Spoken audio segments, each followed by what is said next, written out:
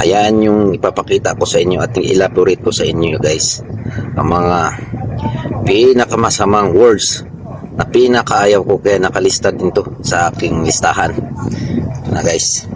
Ating isa-isahin. Oh, sorry, listahan plus auto. So guys, top 3 lang guys ang uunahin ko, kasi nga mahirap na mag-isandaan. Ang kalabasan na abutin tayo ng siyam-siyam. Addiction of drugs or drug addiction. Kahit baliktarin mo yan guys, makikita mo talaga, alam na addict yan. Nanglilisik ang mata, may niniwi pang nalalaman.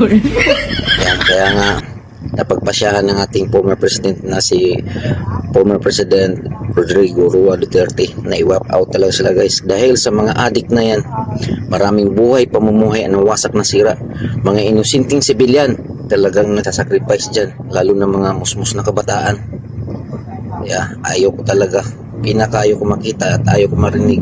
My God, I hate drugs. So yan ang number 3 guys. Doon na tayo sa number 2. Ito, pinakaayaw ko talaga marinig to. Nagpapagting ang tainga ko nito pag narinig ko to. Simpleng di pagkaunawaan, pag-aaway o simpleng expression lamang. Kawawang nanay nadadamay. Alam nyo na guys, PI.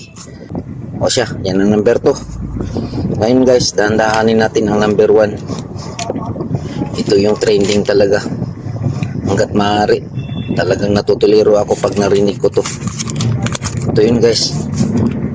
Ano natin na dahan-dahanin natin.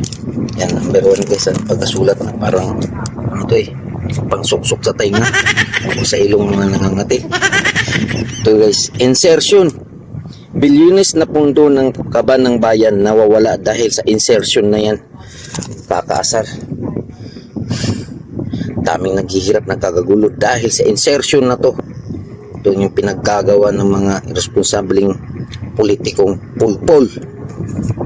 Kaya nagkataon silang makapagnakaw kung gaano man kahigpit dahil sa insertion na to.